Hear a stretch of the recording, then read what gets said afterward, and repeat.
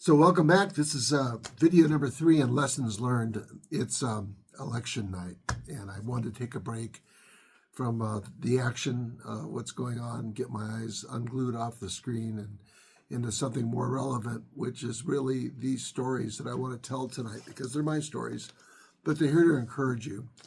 And there are 3 stories that has happened to me in my life amongst many, but they're all about winning in the face of adversity. And they're very significant for me. And there's others that maybe I'll get to later, but these 3 really in chronological order also. So the first one I want to talk about is Boy Scouts. You know, Boy Scouts, great scout troop. Everybody was encouraged to make Eagle. We were the #1 troop in the San Fernando Valley, Troop 431, and we had incredible leadership, just remarkable parent involvement, and that's the secret, right? So we had a competition called the Mayor's Trophy, which all the troops in the San Fernando Valley competed on a Saturday afternoon. And in Boy Scouts, when you compete, it's knot tying, it's first aid, showing how to do first aid, fire by friction, you know, like was taught the indigenous people, you know, with rubbing 2 sticks together and making a fire and boiling water. And that's how you knew you made the fire right. Fire by flint and steel, which is another fire making. We did running, racing. So there's an athletic portion to it. Signaling, which was semaphore, which was with these flags that you would hold and you'd represent different letters depending on how you had the flags. And I participated in all these teams, and we did very well, very, very well. In fact, we won that event, the whole Mayor's Trophy that year. It was like a 4-foot high trophy, and it was a big deal. But leading up to that, during the year before that, I had kind of gotten in trouble in my troop.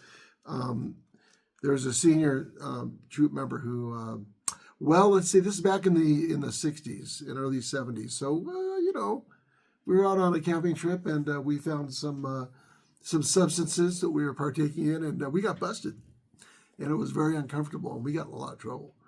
And I kind of got a bad reputation in the troop for that, although I'd done very well in many other areas. And they did some disciplining and whatnot, and then came the Mayor's Trophy.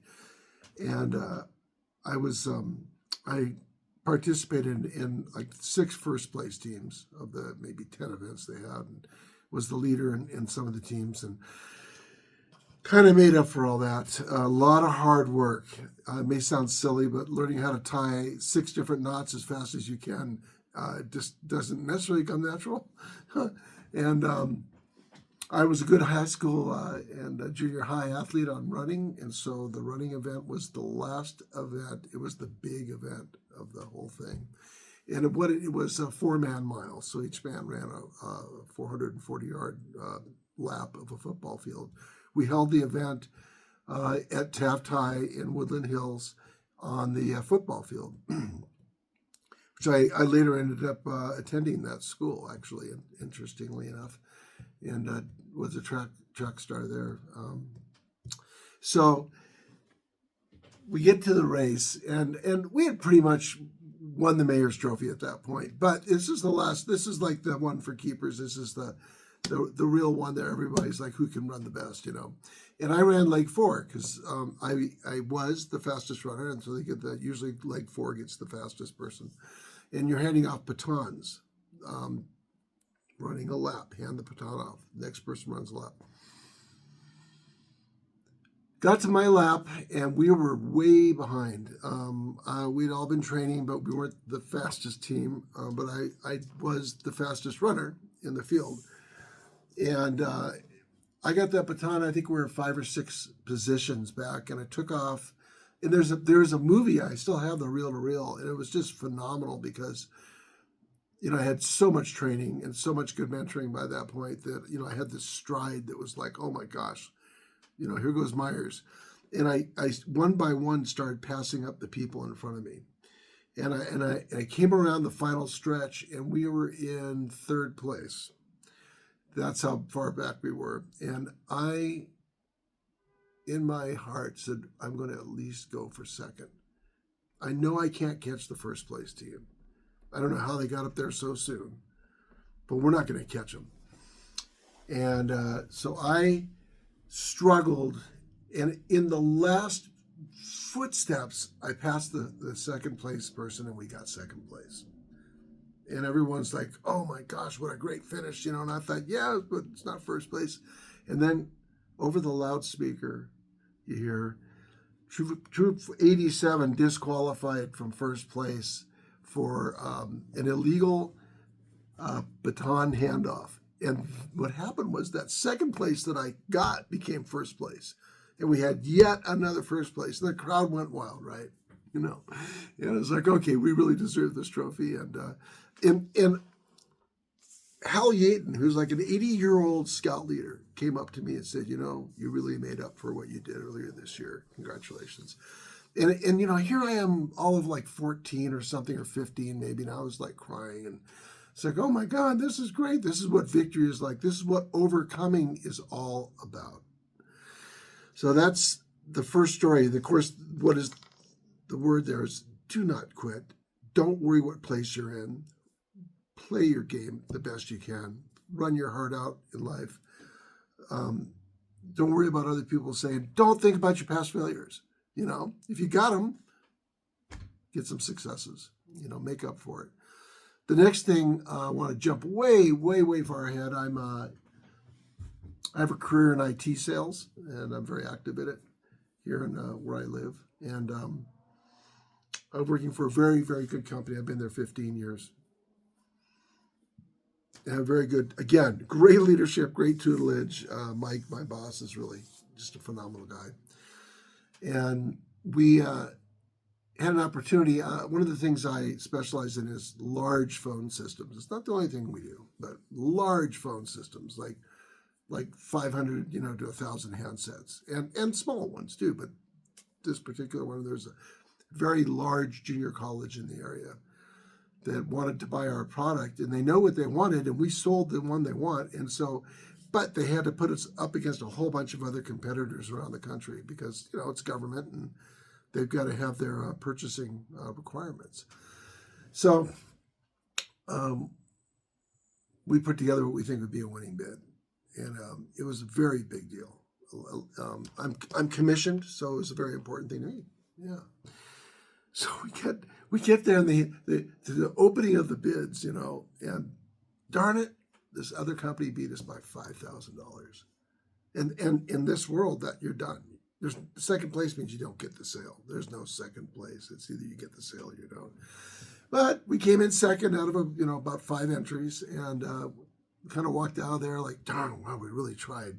You know, we sure did do our best, and we thought we should have won, but we sure did do our best, right? We get back to the office, and a phone call comes in, and it's the purchasing director. He says, guess what? First place got disqualified. They didn't write their contract correctly, and it was going to cost us more money, we found out, if we signed with them. You guys won. I was like, thank you, God. Hallelujah. You know, what an amazing thing. You know, and if we hadn't competed, we never would have won. See, we threw our hat in the ring. We got involved. We worked hard for this, and we won. And by the way, that account, this is years ago, is still buying from us today. They're buying stuff from us again still, you know, and we've kept that relationship going, right? I'm not a sales guy. I'm a relationship designing sales engineer. That's how I kind of describe myself, right? In that genre. Because don't forget, I describe myself as a sober Christian deadhead who also leads a worship team. All right. So, I mean, yeah, you can do what you want with that. Third story. I'm not going to get into like where this happened at or what church, but my wife and I were on a worship team, and we were major members of that worship team. I play bass, she sings. And I'll tell you what, in ministry, sometimes you have schisms. You have people that don't get along. You get, it's called ministry hurt. And I had not experienced that before. And we experienced some ministry hurt. And it caused a chasm between us and the worship leader in that organization. And this is not about who's right and wrong. It's about the lessons learned, because we calmed down. We worked with the ministry leaders in our church, and we laid back, and we took a different position in that ministry, and we gave it our all, and we just hung in there. We didn't play any music. We changed our emphasis. We took on some other leadership roles in that ministry, and we discharged our duties faithfully. And I don't want to go into the particulars, because the particulars aren't that important. But as things came around a year and a half later, they were looking for worship leaders in that ministry, and Shelley and I were picked. And today we are still the worship leaders in that ministry. It's how we handled the defeat. Yes, it hurt, and yes, there was a chasm. But rather than tucking our tails and saying to H with this ministry, we're going to hang around because we think it's a worthwhile ministry. We're going to give it our all, and we're going to participate in a different way. And that was seen by others. And when it came time that they need to pick new leaders for the music, we're pretty much the only ones that were qualified to do it, and we still are. Someday we want to hand that off to somebody else. But every week we lead worship, and the lesson learned there was, don't have remorse. Don't, if you're angry, be able to deal with your anger. There's these 12 steps, right? You admit your mistakes, and you go to another person and you confess, right? And it's all part of the 12-step process, and then you continue to grow and change. So those are the 3 stories. There's a lot more involved there than I even said, but it's all about personal growth. And my mom used to have a saying. She said, non illegitimi carborundum, and it means in Greek, don't let the bastards get you down. And I'm telling you what, my mama was right. Don't let those bastards get you down. You got this one life to live. As insignificant as it is significant to the person living it, right? And to your family. So go out there and do something great. Learn from these stories. I'll see you on the next video. And we'll go back inside the house and see how the election's going. See ya.